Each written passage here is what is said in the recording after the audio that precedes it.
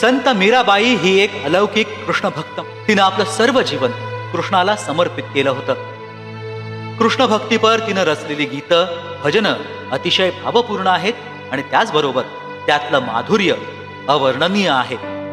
आज 400 वर्षानंतरही तिची गीतं, भजनं मनात रुंजी घालतात. त्यांची जादू अशी आहे की जरी ती जाऊन सुद्धा शेकडो वर्ष झाली असली तरी तिची गीतं घरोघरी गायली किंवा ऐकली जातात.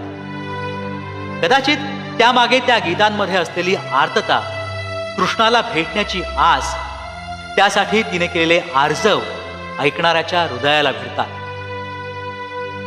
मीराबाई एक राजपूत कन्या होती. तिचे वडील राणा रतन सिंग एक शूर योद्धा होते. लहानपणीच तिची आई वारली. त्या काळी राजपुतांवर मोगल राजांची सतत आक्रमणं होत असत. राज्याच्या आणि धर्माच्या संरक्षणासाठी राजे कायम युद्धात गुंतलेले असत. मीरेचे वडील पण सतत युद्धभूमीवर असत. त्यामुळे तिचा सांभाळ तिच्या आजोबांनी म्हणजेच दुधाजींनी केला. एके दिवशी राजमहालाच्या समोरून एक मोठी मिरवणूक वाजत गाजत चालली होती. लहानकी मीरा ही मिरवणूक पाहायला गेली. ती मिरवणूक एका लग्नाची होती. नवरदेव नटून थटून बसला होता. त्याने राणाजींना प्रणाम केला. मीरेला वाटलं की तो एक चालता बोलता बाहुलाच आहे. तिने आजोबांना विचारलं, आजोबा हा कोण होता? अगं तो नवरदेव होता, आजोबा म्हणाले. मीरा म्हणाली, आजोबा मलाही असा एक नवरदेव आणून द्या ना, मी त्याच्याशी खेळीन.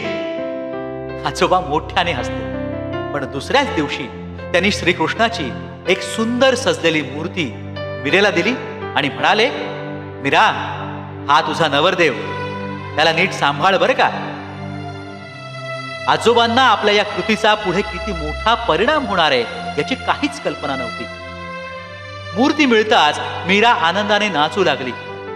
तिला नेमकं जे हवं होतं ते मिळालं होतं. ती त्या मूर्तीबरोबर खेळू लागली, बोलू लागली आणि खरोखरच तो आपला पती आहे असं समजून त्याच्याबरोबर मोठ्या आदराने वागू लागली. मीरेला कृष्णाची मूर्ती मिळण्याबाबत आणखी एक गोष्ट प्रचलित आहे. दुधाजी साधू संतांचा खूप आदर करत असत. त्यांच्या महालात अनेक साधू संतांचं येणं जाणं असे. एक दिवस रैदास नावाचे एक संन्यासी त्यांच्याकडे आले. ते संत रामानंदांचे शिष्य होते. उत्तर भारतात त्यांनी वैष्णव संप्रदायाचा प्रचार केला होता. त्यांच्याजवळ श्रीकृष्णाची मूर्ती होती. ते स्वतः त्या मूर्तीची पूजा करत असत. मीरेने ती मूर्ती पाहिली. तिला ती खूप आवडली आणि ती आजोबांकडे ती मूर्ती पाहिजे म्हणून हट्ट करू लागली. आजोबांनी तिला खूप समजावून सांगितलं की अशी दुसऱ्याच्या पूजेतली मूर्ती मागू नये. त्यांनी मीरेच्या हट्टाकडे दुर्लक्ष केलं. संत रैदास दुसऱ्या दिवशी पुढील मुक्कामी निघून गेले. इकडे मीरेने त्या मूर्तीसाठी एकच आकांत केला. रडून रडून तिचे डोळे सुजले. ती अन्न पाणी घेईना. घोटभर दूध सुद्धा प्यायला तिने नकार दिला. मला ती मूर्ती पाहिजे असा घोषा तिने लावला. आजोबांना सुचेना काय करावं. त्याची रात्र काळजीतच गेली. दुसऱ्या दिवशी सकाळी मात्र त्यांना चकित व्हायची वेळ आली. संत रैदास राजमहालात आले आणि आपल्या हाताने ती मूर्ती त्यांनी मीरेच्या हातात दिली. मीरा आनंदाने नाचू लागली. दुधाजी रैदासांना म्हणाले, महाराज आपण आपल्या नित्यपूजेतली मूर्ती या हट्टी मुलीला दिलीत. आम्ही तिला दुसरी मूर्ती देऊन समजूत काढली असती.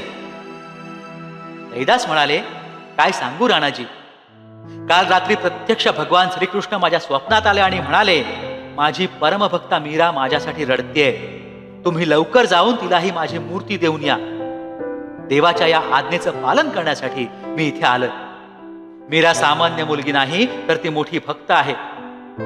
मूर्ती मीरेच्या हातात देऊन त्याने तिच्या मस्तकावर हात ठेवून आशीर्वाद दिला आणि ते निघून गेले. मीरेनं मात्र मनोमन संत रैदासांना आपला गुरु मानलं. या दोन्ही कथांवरून एक गोष्ट मात्र नक्की कळते की मीरेला श्रीकृष्णाची मूर्ती लहानपणीच मिळाली आणि श्रीकृष्ण तिचा जीवनसखा झाला. त्याच्या भक्तीत ती आकंठ बुडली. लग्न झाल्यावर मात्र तिची श्रीकृष्ण भक्ती तिच्या सासरच्यांना अजिबात पसंत नव्हती. त्यातच मग एके दिवशी तिने तिच्याबद्दल ही मरत का नाही असं बोललेलं ऐकलं आणि तिच्या मनाने घेतलं की खरंच कशाला जगायचं. एकदा मेले की माझ्या भक्तीत काही अडथळा येणार नाही आणि तिने आत्महत्या करण्याचा निश्चय केला. एकांत ठिकाणी असलेल्या डोहाजवळ जाऊन तिने कृष्णाची प्रार्थना केली. त्याला म्हटलं की मला या देहाची आसक्ती नाही, मी माझं सर्वस्व तुझ्यावर सोपवून तुझ्या चरणाशी आले आहे, असं म्हणून तिने त्या डोहात उडी घेतली. पण मीरा काही मेली नाही.